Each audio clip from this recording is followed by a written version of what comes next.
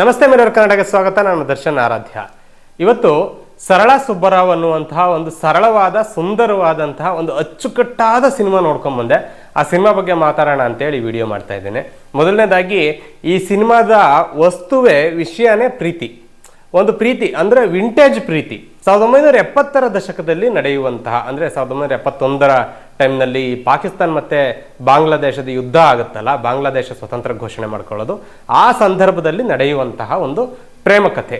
ಈ ಪ್ರೇಮ ಕಥೆಯಲ್ಲಿ ಅಂದ್ರೆ ಗಂಡ ಹೆಂಡತಿಯ ನಡುವಿನ ಪ್ರೇಮ ಕಥೆ ಅಂತ ಹೇಳ್ಬಹುದು. ಈ ಪ್ರೇಮ ಕಥೆಯಲ್ಲಿ ಬೇರೆ ಬೇರೆ ಕ್ಯಾರೆಕ್ಟರ್ಗಳು ಬರುತ್ತೆ, ಸಂದರ್ಭಗಳು ಬರುತ್ತೆ. ಆ ಸಂದರ್ಭಗಳಲ್ಲಿ ಈ ಪ್ರೇಮ ಕಥೆ ಹೇಗೆ ಸಾಗತ್ತೆ ಅನ್ನುವಂಥದ್ದೇ ಈ ಸಿನಿಮಾ. ಈ ಸಿನಿಮಾದಲ್ಲಿ ನಂಗೆ ಬಹಳ ಇಷ್ಟ ಆಗಿದ್ದೆ ಏನು ಅಂತಂದ್ರೆ, ಬಹಳ ಮುಖ್ಯವಾಗಿ ಕಥೆ ಮತ್ತೆ ಅದಕ್ಕೆ ಸೇರಿಕೊಂಡಂತೆ ಇರುವಂಥ ಡೈಲಾಗ್ಸ್. ನನಗೊಂದು ಡೈಲಾಗ್ ಮನಸ್ಸಲ್ಲಿ ಬಹಳ ಸ್ಪಷ್ಟವಾಗಿ ಮತ್ತೆ ಬಹಳ ಕಾಡುವಂಥ ಒಂದು ಡೈಲಾಗನ್ನು ಡೈರೆಕ್ಟರ್ ಬರೆದಿದ್ದಾರೆ. ಡೈರೆಕ್ಟರ್ ಅಥವಾ ತ್ರಿಲೋಕ್ ಅಂತ ಇನ್ನೊಬ್ರು 2 ಜನ ಅದರಲ್ಲಿ ಇದನ್ನು ಬರೆದಿರೋದು, ಡೈಲಾಗ್ಸ್ ಬರೆದಿರೋದು. ಅದರಲ್ಲಿ ಒಂದು ಡೈಲಾಗ್ ಬರುತ್ತೆ, ಬದುಕು ಅಂದರೆ ಅವಳು, ಸಾವು ಅಂತ ಅಂದರೆ ಅವಳಿಲ್ಲದೆ ಇರೋ ನಾನು ಅಂತ. ಎಂಥ ಅದ್ಭುತವಾದ ಡೈಲಾಗ್ ಇದು ಅಂತ ಅಂದ್ರೆ, ಈ ಇಡೀ ಸಿನಿಮಾನೇ ಒಂದು ಡೈಲಾಗಲ್ಲಿ ಹೇಳಿದ್ದಾರೆ. ಅಂದ್ರೆ ಗಂಡ ಹೆಂಡತಿಯ ಸಂಬಂಧ, ಪ್ರೀತಿಸುವ 2 ಜೀವಗಳ ಸಂಬಂಧ ಹೇಗಿರಬೇಕು ಅನ್ನುವಂಥದ್ದನ್ನ ತೋರಿಸುವಂತ ಒಂದು ಡೈಲಾಗ್ ಇದು. ಈ ಡೈಲಾಗೇ ಒಂದು ಸಿನಿಮಾ.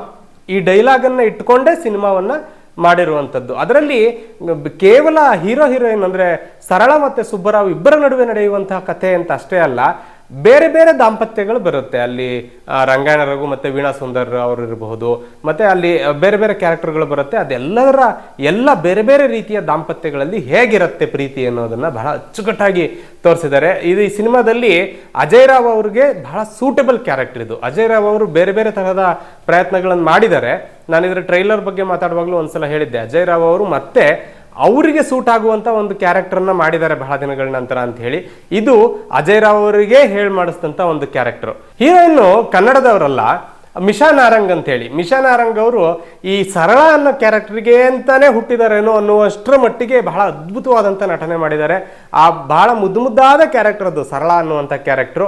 ಅದನ್ನ ಬಹಳ ಅಚ್ಚುಕಟ್ಟಾಗಿ ನಿರ್ವಹಿಸಿದ್ದಾರೆ. ಇವ್ರು ಇರೋದೇ ಹಿಂಗೇನೋ ಅನ್ನೋ ಮಟ್ಟಕ್ಕೆ ನೀವು ಅದನ್ನ ನಂಬಿಡ್ತೀರಿ, ಆ ಮಟ್ಟಕ್ಕೆ ನಂಬಿಸಿದ್ದಾರೆ.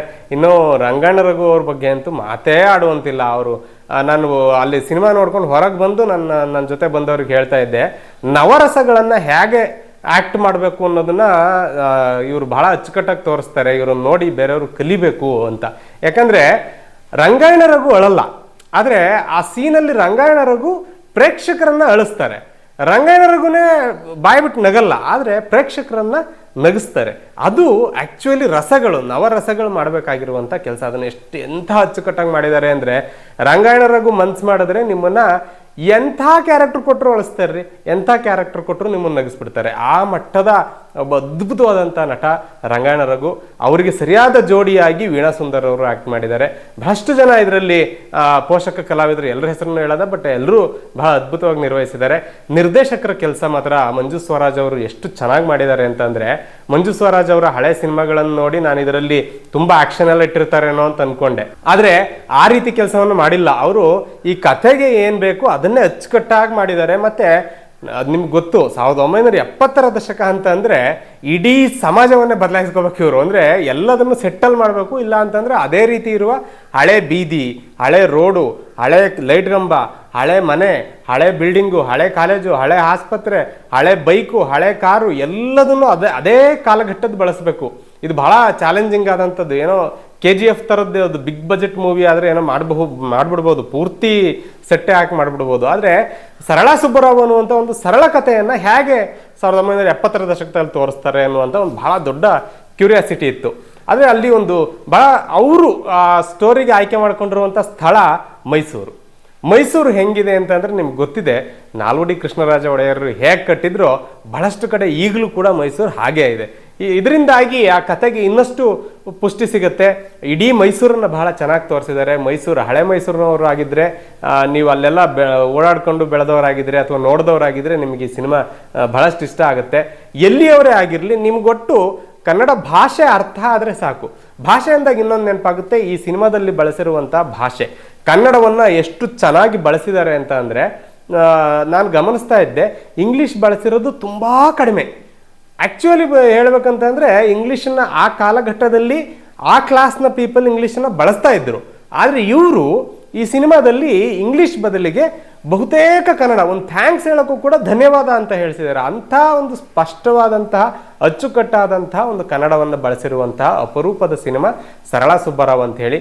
ನಿಮಗೆ ಒಂದು ವೇಳೆ ಜೀವನದಲ್ಲಿ ಪ್ರೀತಿ ಅಥವಾ ಪ್ರೀತಿಯ ಬಗ್ಗೆ ಒಂದು ಆಸೆ ಅಥವಾ ಪ್ರೀತಿ ಇದ್ದರೆ ನೀವು ಒಂದ್ಸಲ ಈ ಸಿನಿಮಾವನ್ನು ನೋಡಿದ ನಂತರದಲ್ಲಿ ನಿಮಗೆ ಈ ಸಿನಿಮಾ ಇಷ್ಟ ಆಗುತ್ತೆ. ಪ್ರೀತಿಯೇ ಈ ಸಿನಿಮಾದ ಕಥೆ.